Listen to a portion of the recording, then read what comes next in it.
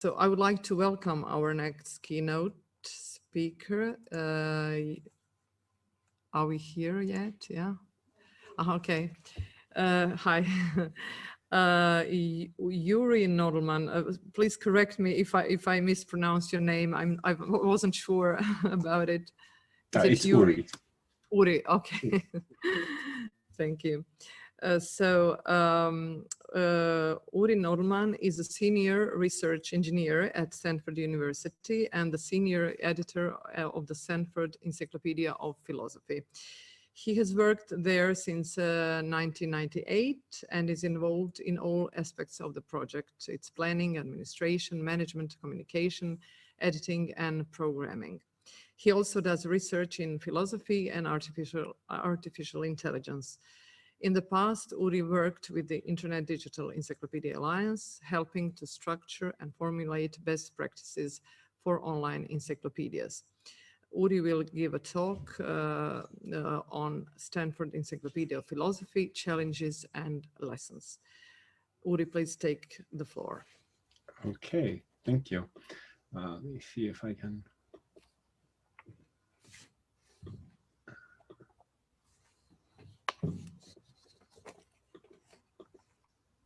Okay. Can everyone see the slides? Yes, okay, great. So, hello everyone. Thank you for having me here today. My name is Uri Nodelman. I'm the senior editor of the Stanford Encyclopedia of Philosophy. As you just heard, we call it the SEP, so I'll probably just refer to it as the SEP because it ends up being a big mouthful if you keep saying Stanford Encyclopedia of Philosophy.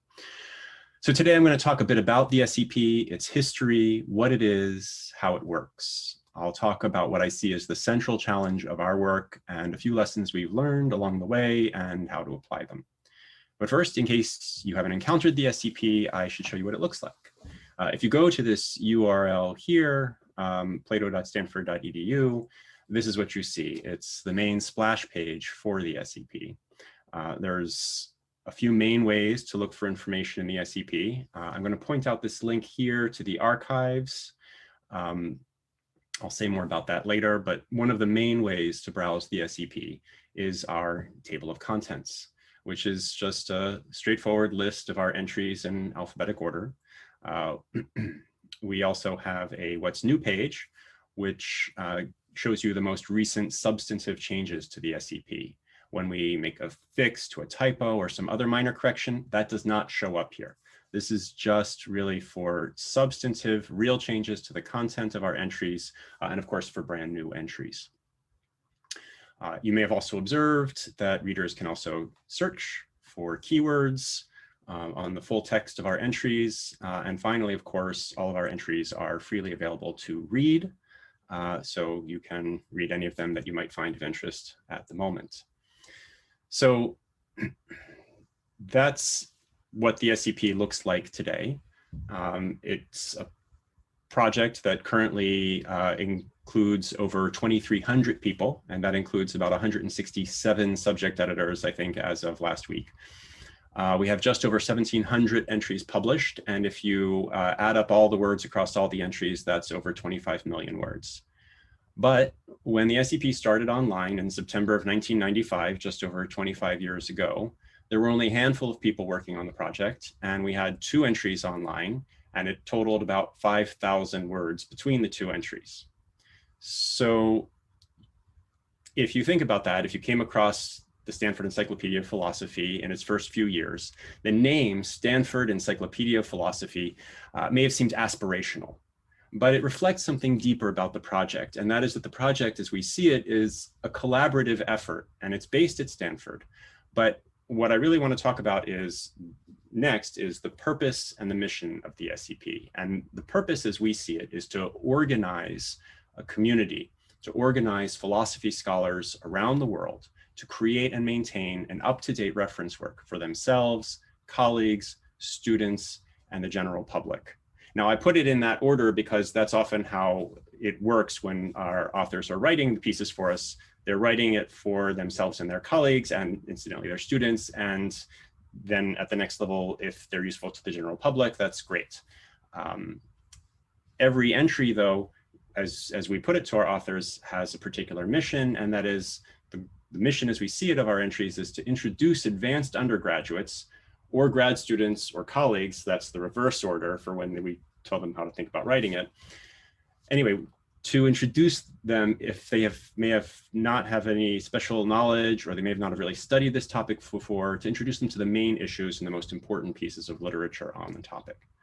Ideally, after spending some time working through an SCP entry, and it can be work to work through an SCP entry, the hope is that the reader will be able to engage directly with at least some of the primary and secondary literature on that topic. So the heart of the SCP is really community organizing. And so I want to say a bit about the community that makes up the SCP. It is an international community. Our authors and editors are around the world. We've had individual entries that have been translated into a variety of languages, but the main site and the site that we maintain is all in the English language. We have mirror sites in Australia and Netherlands. They include complete copies of the SCP. So if the internet connection to the United States is not what you would like, then you can go to the Australia site or the Netherlands site and get access to all of the current content. At Stanford, we have an advisory board. The Stanford Philosophy Department acts as the advisory board.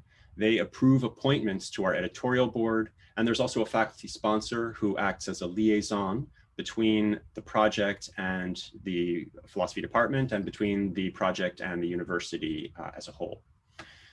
There are two administrative editors, a principal editor, Edward Zalta, who founded the project in '95, and myself, the senior editor, I joined in 1998. We're jointly responsible for everything. We make the final editorial decisions. We're responsible for the scholarly communications of the project, planning, budgeting, managing the rest of the staff, the technical infrastructure, implementation of that technical infrastructure, maintenance. We also do research. All of it is there. We have 5 assistant editors who help us. They each have kind of their own portfolios, mostly in terms of what parts of the project they help with. But most of the people in the community, as we see it, the Stanford Encyclopedia of Philosophy, the SCP community, are volunteering their time. And among the volunteer roles we have an associate editor. We have our 167 subject editors on our editorial board. They're organized by subspecialty into teams. They suggest topics, they review entries, or they're responsible for reviewing entries. Sometimes they'll ask other people, external referees, to do those reviews. We have over 2,200 authors, and those authors and those subject editors we have an ongoing relationship with. We don't ask, as I'll get to, we don't ask authors to write something for us and then say thank you and goodbye. We ask them to join the project. And to join the project, they are asked to write an entry and to be responsible for maintaining it and keeping it up to date. And then there's a wider community, which is our readers. We get many messages a week pointing out typos, other suggestions, other issues. Our readers are a vital part of our community. They act as an extra layer of quality control, but they're also, they're part of why we do what we do. So that's the community. And now I want to talk a bit about the publishing model, that is how we actually work day to day on publishing the encyclopedia. Each entry, once it's in our database, has its own life cycle. It has its own independent tracking system. So it cycles through a set of states. At each point, at each state in its cycle, there's someone who owes work on it. There's always a deadline. And the way it starts is that we have an entry, and a subject editor has to suggest an author to invite to write that entry. Once an author agrees, they eventually work on it and they submit a draft. Our entries typically go through multiple rounds of vetting where there are revisions requested, and then it goes back to the author and back and forth. Once it's accepted, if it's accepted, the entries are put into our production queue where they're converted to HTML. We generate PDF page proofs. Eventually, the author proofreads and submits their final corrections. We publish the entry, and when we publish the entry, we set a 4-year deadline for the author to update. Now, sometimes that can be a longer period of time if it's a less actively researched topic or it's a slower moving topic. But sometimes it's less. Sometimes there were a number of comments and the author agreed to engage some of them now and some of them within another year or two. Again, it's an ongoing relationship. The point is that our entries should be regularly improving and becoming up to date, but we don't always expect perfection because perfection isn't attainable. The exception to our standard deadline is that if one of our readers or a colleague writes in and says they found a problem with an entry, then our authors have agreed that they will respond to valid criticism in a timely way. Now, again, what timely means might depend on how significant the criticism is, how problematic the problem is. If it's a typo, we don't go to the authors, we just fix it, and that happens very quickly. All of those updates, when authors submit them, are vetted. And if an author says, you know what, it's been 4 years, but not much has happened on this topic, the entry as it stands is still up to date, we will double check that. Sometimes that means getting the full entry as it stands completely re-vetted, re-refereed from scratch. Sometimes we can do some looking ourselves and figure out, yes, that's accurate, and we can just push the deadline back a little bit. Now, all of this is summarized here. This is just our little flowchart diagram for the states of an encyclopedia entry. We start with a board member has to suggest an author. The administrative editors have to invite the author responds. If they decline, it goes back. So this is how we organize actually our infrastructure behind the scenes, our back end. This kind of goes through the process that I just described. We do occasionally have entries that don't get accepted and need to get decommissioned. And at that point, we just start the process with that entry over. So I mentioned before the quarterly archives, or the link to the archives. This is an important part of our publishing model. The SCP is officially a serial publication. We make a snapshot of the complete encyclopedia as it stands 4 times a year. The archive editions are available in perpetuity from our site, and the quarterly archive editions go back to the fall of 1997. Now, there are a few reasons for this, but the original and perhaps most important of these reasons is it provides stable, permanent citation paths. If an encyclopedia entry is cited, we ask that people not cite just the straight entry in the active portion part of the encyclopedia from plato.stanford.edu. We ask that they cite a version from the archive because that will always be there in the form that it is. And the URLs for those archive editions are stable. So that's the operations of the SCP, at least a brief overview. I'd like to say now a little bit about how the SCP is funded. So we're an open access reference work. We don't make income from selling the content of our entries. When the SCP started for its first 3 years, from 1995 to 1998, there was no funding at all. It was everything was completely done on a voluntary basis. Then there was a period of time, about 7 years, where the SCP was entirely funded on grants. And at that point, it was clear that we needed to move off of grants to something more sustainable. And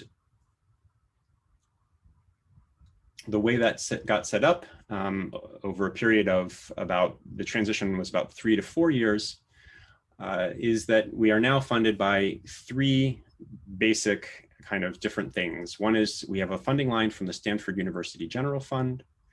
We have 3 separate endowment funds. I'll say a little bit about the largest of those in a moment. And we have what we call the Friends of the Scp Society.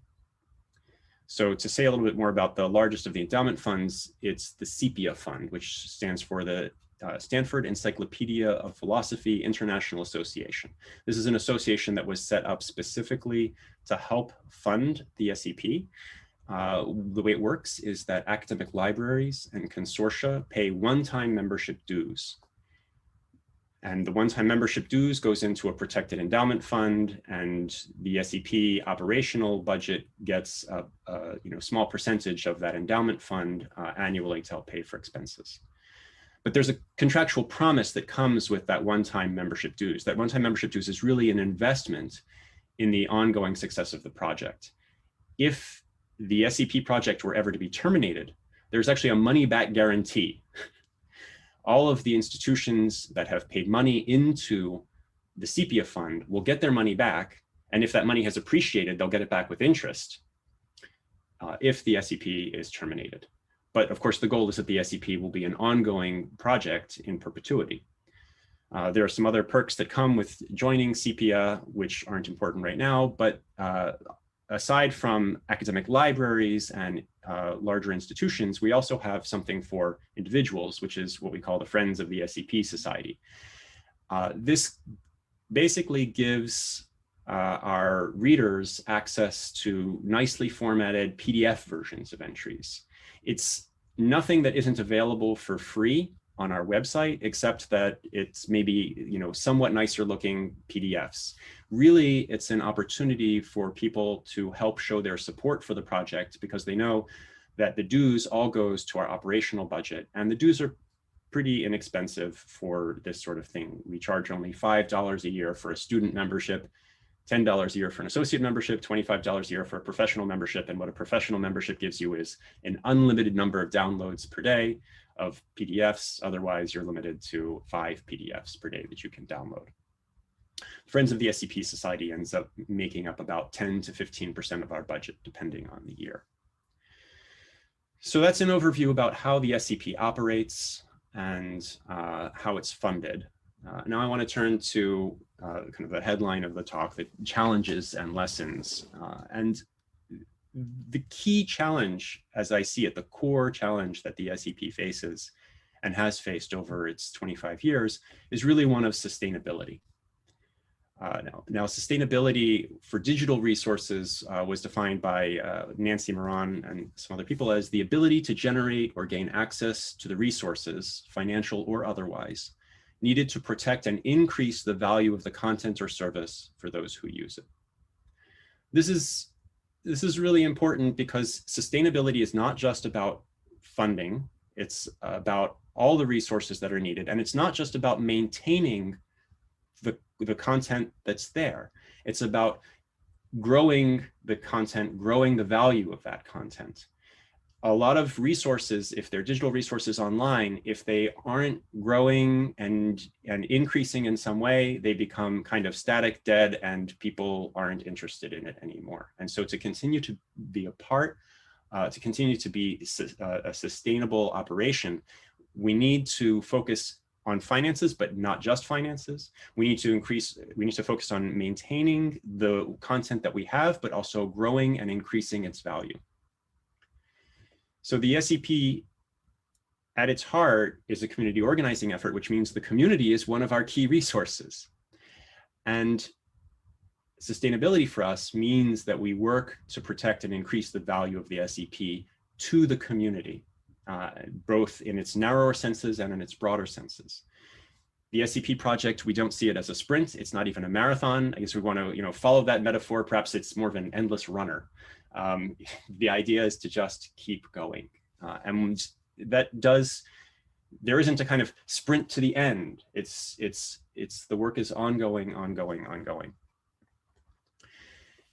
So how do we translate that into the work that we do? Well, first of all, the lessons that we take from our focus on thinking about how to meet the challenge of sustainability is that we focus on our community, on our purpose and mission. We've always focused on quality over quantity. We look at growth and development in an organic and opportunistic way. We always keep our limited resources in mind. When we hit constraints in our resources, either financial or people, we keep going, but we might slow down the rate at which we're going so that we can work within our resources to try to extend our resources. So I want to look at these lessons in three areas of the SCP: administrative, editorial, and technological. So let's look at administrative first. When I joined the SCP project, for the first many years, my main job was figuring out what I was doing, figuring out how to automate what I was doing, and then automate it. And so a lot of it is just automating everything we can. Reminder messages to authors are automated based on that flowchart entry status that I showed earlier. When we started the Friends of the SCP Society, we automated creating PDF versions of our entries. And then we started using those for proofs for our authors. So, the benefit kind of came back in a different way. The creation of the quarterly archive editions. That was actually, I think, the very first task I had at the project in '98 when I started, was automating the creation of the quarterly archives. Over time, our standards tighten. We improve the standards with which we check bibliographies. We improve the standards for what we, for all sorts of editorial standards that we ratchet up over time.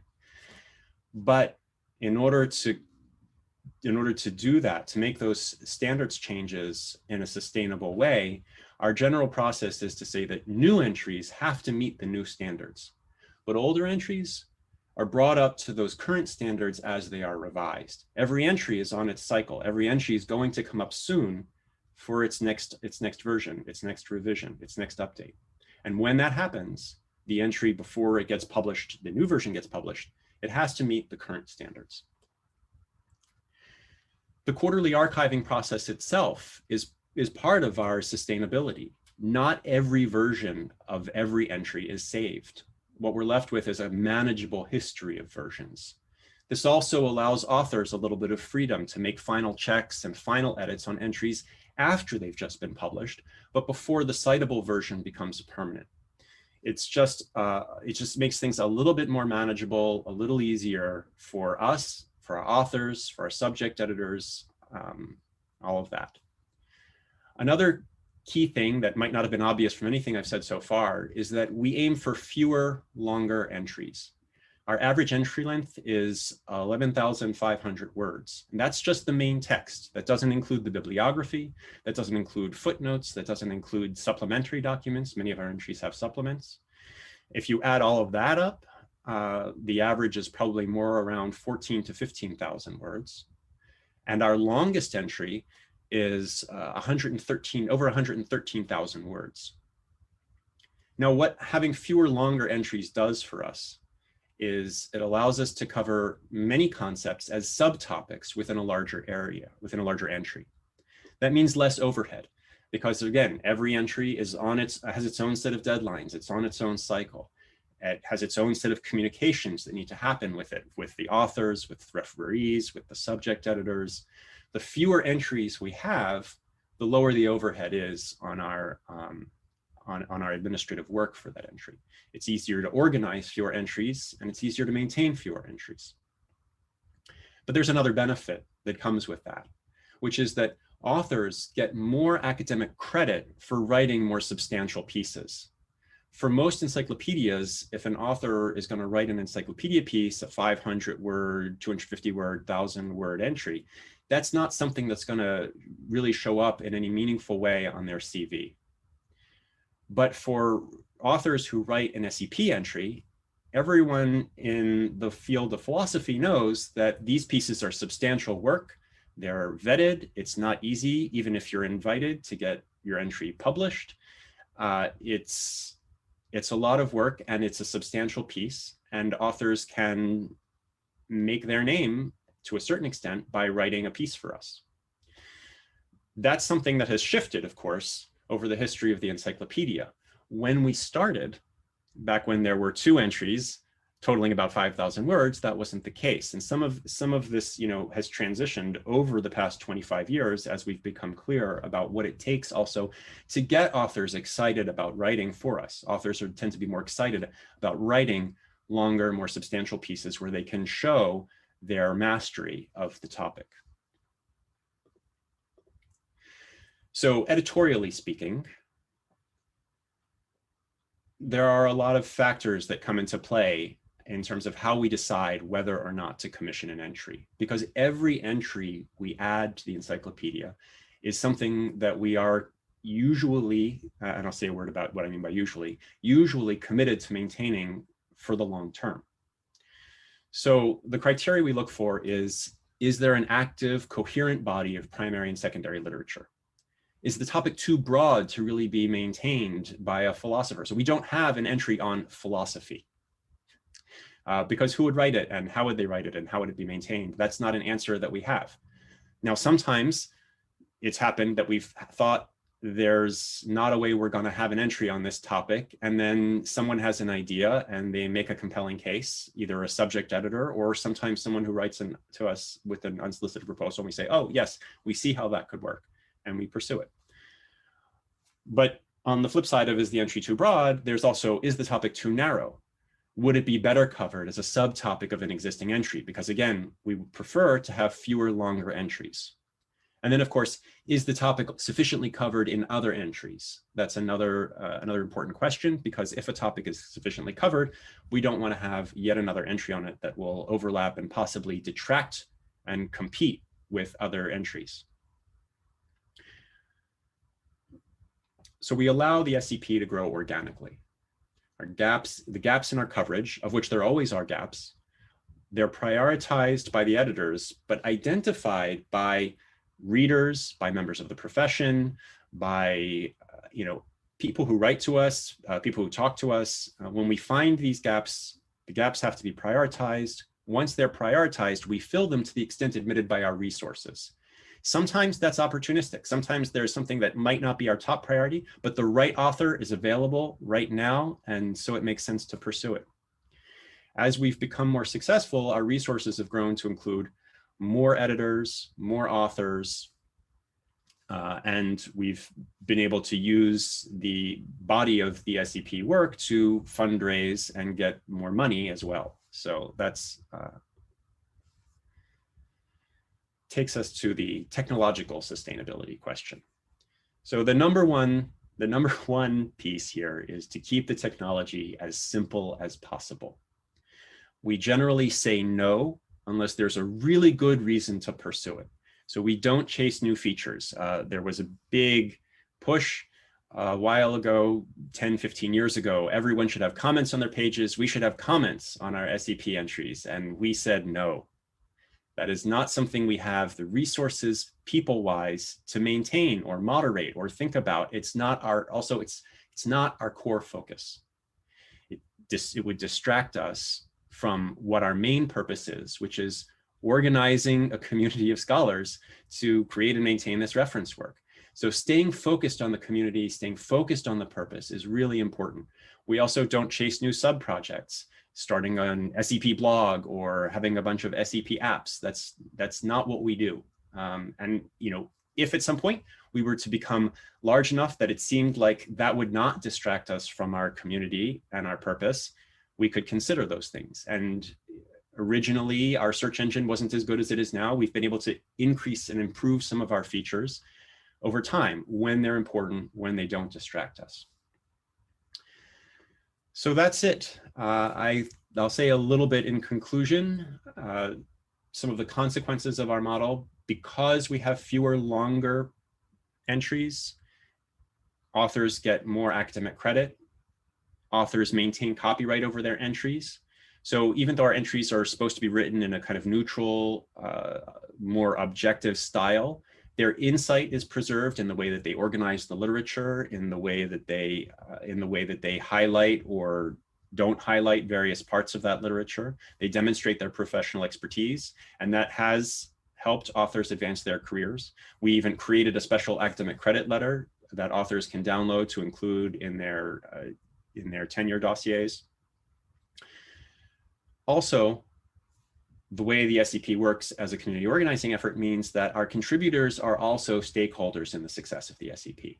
Authors often lend their expertise as occasional referees for other entries. Sometimes they become editors, or that can flip around, and sometimes people who first joined as editors agree to write an entry.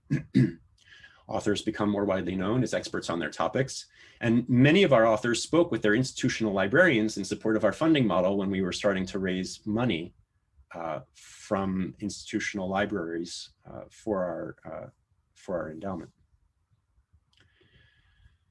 So to sum up, the SCP has no master design. We don't have everything planned in advance. Our coverage always has, and likely always will have, gaps and some skew. It reflects what we've managed to do so far. We balance planning, responsiveness, and the resources that we have. We focus on organizing scholars who are willing and able to join the project to build and maintain this reference that is supposed to serve the needs and reflect the interests of the community itself. And our limited resources lead us to focus on quality, quality above all, quality always above quantity, maintaining the highest academic standards and the needs of academic researchers. Thank you. Thank you, Uri, for this great overview of the Stanford Encyclopedia of Philosophy's history, mission, and its business models. Well, now I would like to open the floor for questions or comments. If there are any.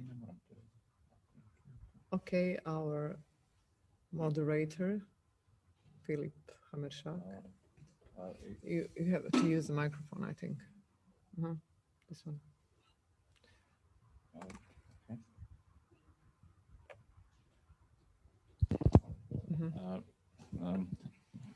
Is it okay? Okay.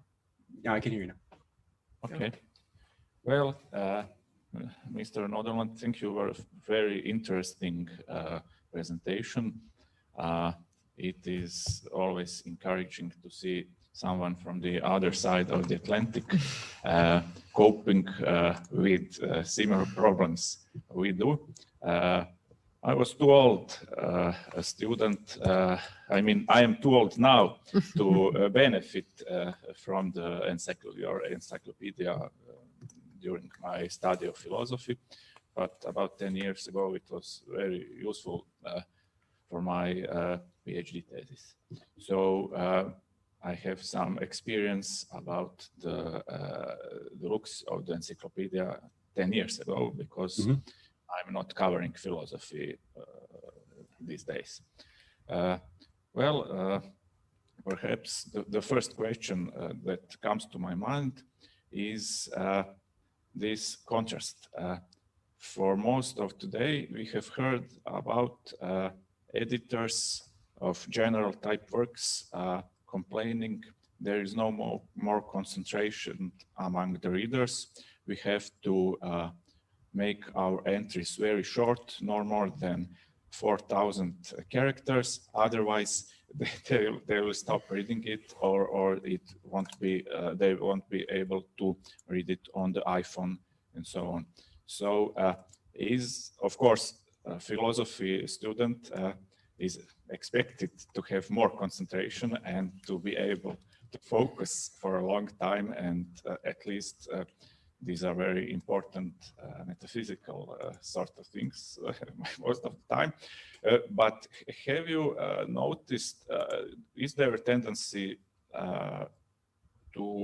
from the readers of the encyclopedia to make things more simple, more shorter, more more plain? Okay. Sure, thank you. That's a great question.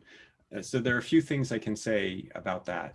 There is a kind of sweet spot, which is that left to themselves, our entries tend to get longer and longer and longer as they get revised, because authors will want to add new material and add new material and add new material.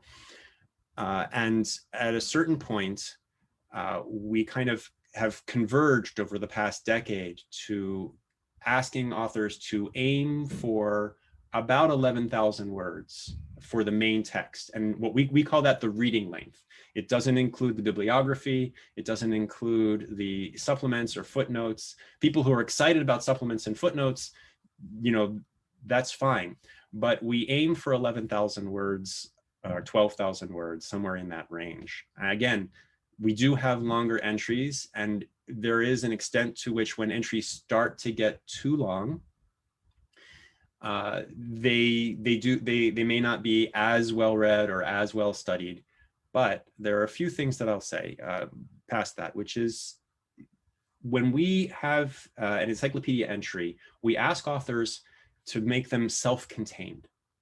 So if there's a technical term that is used, it should be introduced with some definition.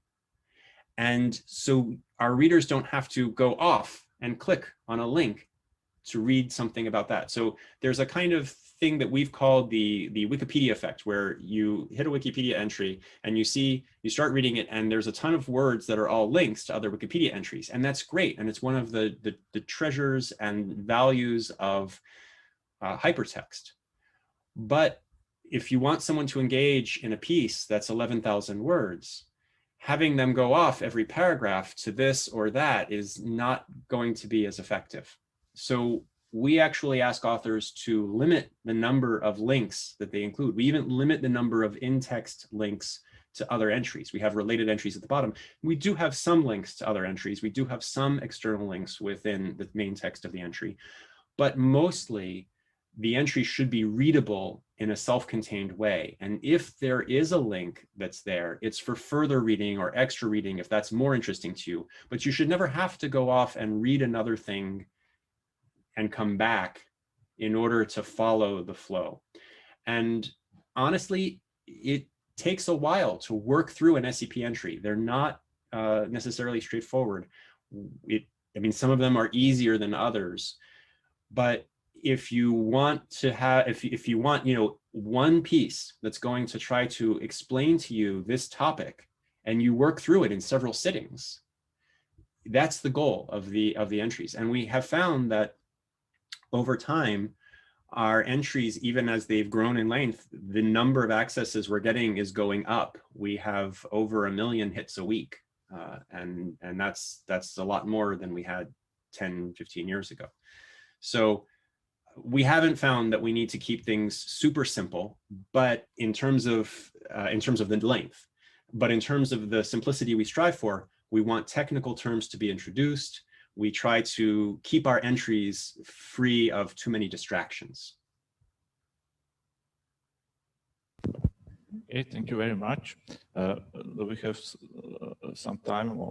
Yeah, of course, okay. Of course. Well, another question, it's more technical, but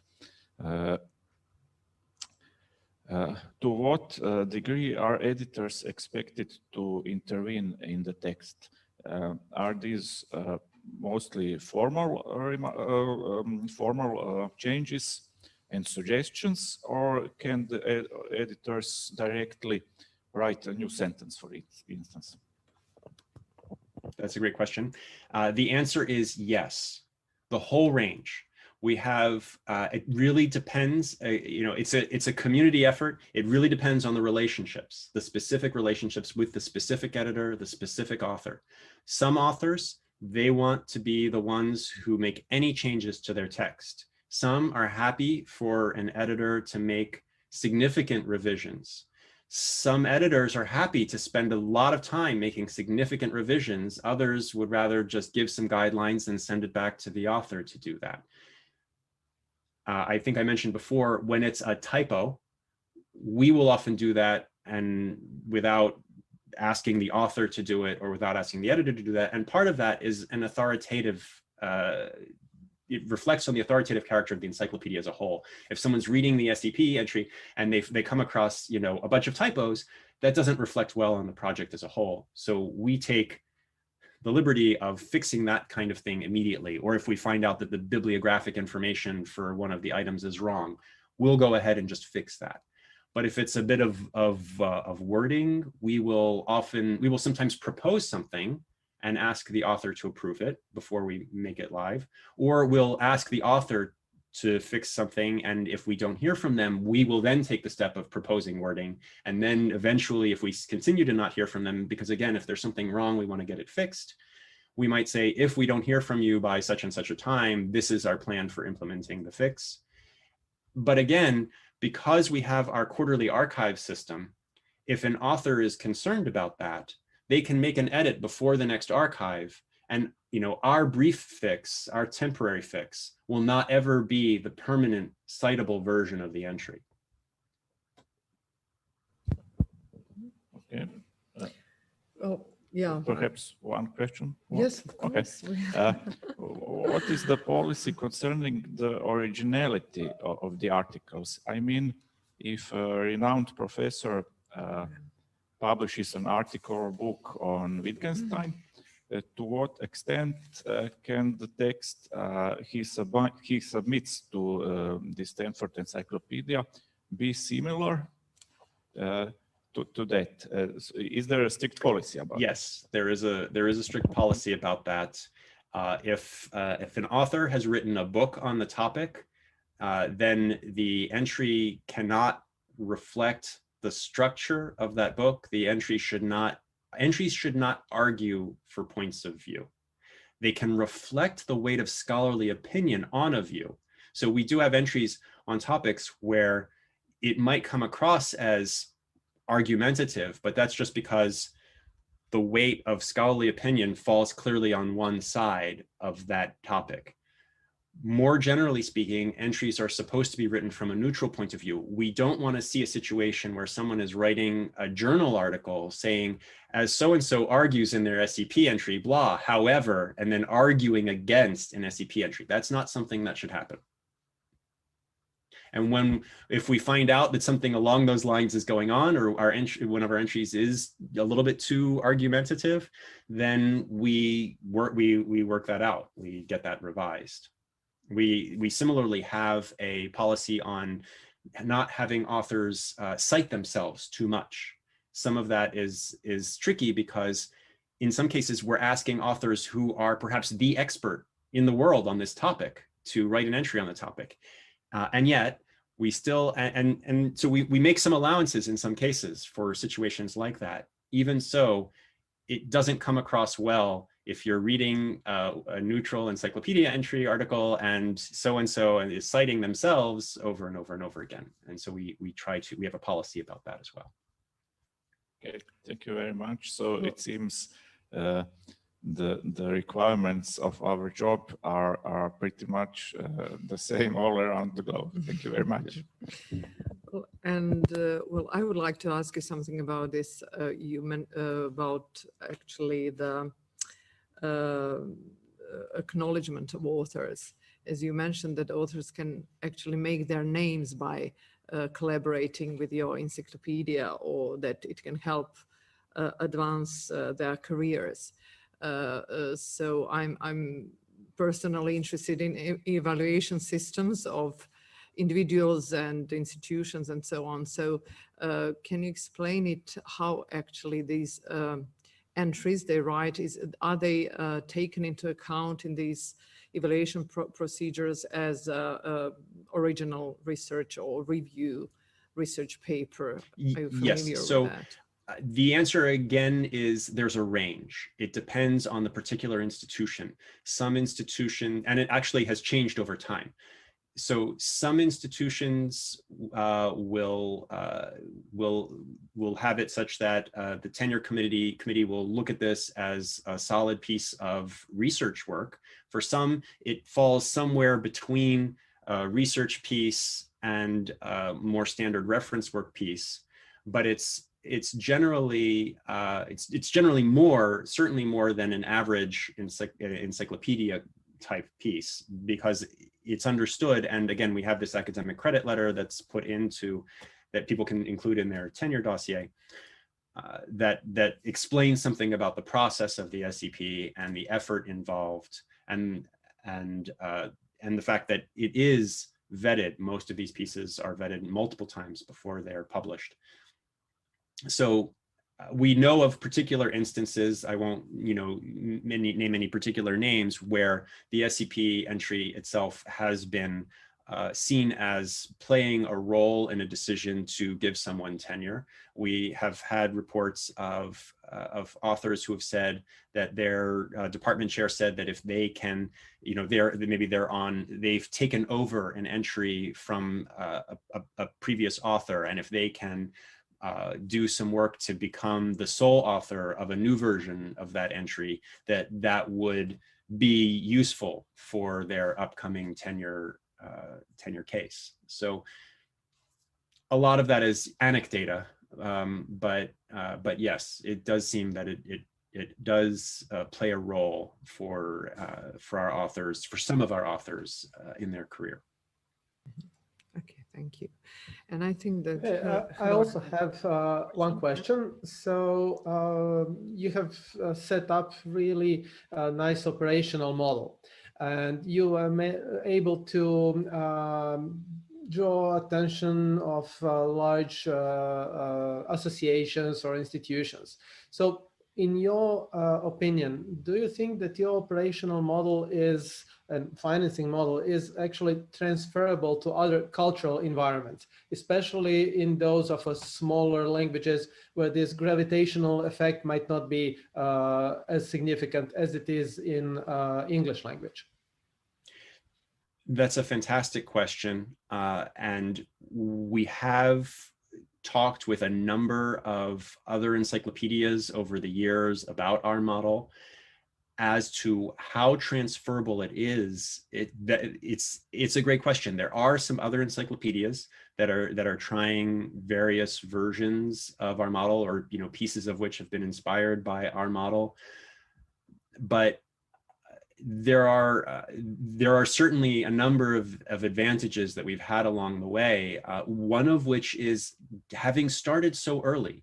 Having been online since 1995 and having been working at this slowly, we were able to go for years of just slow community organizing. A lot of community organizing efforts, they're an overnight success after 10, 15 years of work. And that's kind of what this is. It's not that, our funding model and the way all of that happened, that was 10 years after we had been working slowly at trying to build the community.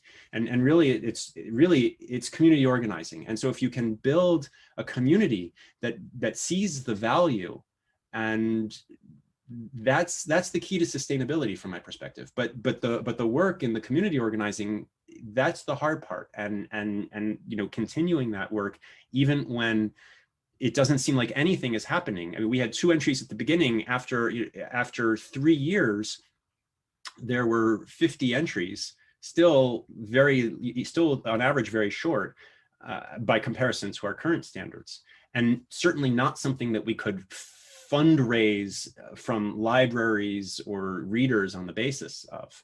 It wasn't until we'd been going more like 10 years that we were in that kind of position. So getting the resources to do that community organizing for years without having, really financial backing, that's the question. So in a way, it was a snowball effect, right? Yes, and now the work is keeping things sustainable, continuing to grow and increase, as we always have. Well, it's great to know that this may really function well. So we can learn by your example and take the direction that you are showing us and pointing us to, so that in several years or tens of years, we might achieve something similar. Thank you. Thank you. If I might add something on the sustainability of open access models, there are also many business models, as far as I know, at least in Europe, but also in North America. So, and many discussions around this topic. So, well, if you think that the one that you are using now, this membership model, is something to be recommended, maybe this could be the good way to further build on this open access initiatives and policies. If I can just add one thing to that, which is that there has been some work that we were involved with as a case study done by the Ithaca Association, that's ITHAKA, They did a report now a little over 10 years ago called Sustaining Digital Resources. The definition of sustainability I quoted was from that report. It's available online. If you search for Ithaca Sustaining Digital Resources, you can find it. I can also send a follow-up email with that link later to you if you'd like. Okay, so if there are no more questions, we are running out of time anyway. So thank you, Uri, for this wonderful talk and for sharing your expertise and know-how and for taking part in this conference. Thank you so Have much a for having nice me. day. It's still morning you're not in California, you're in Baltimore right now. In Baltimore, yes. So it's just noon here. Okay. So have a nice day. And I would also like to thank all our participants and listeners, attendees for being with us today. And we have an early start tomorrow morning at 9 a.m. So see you tomorrow.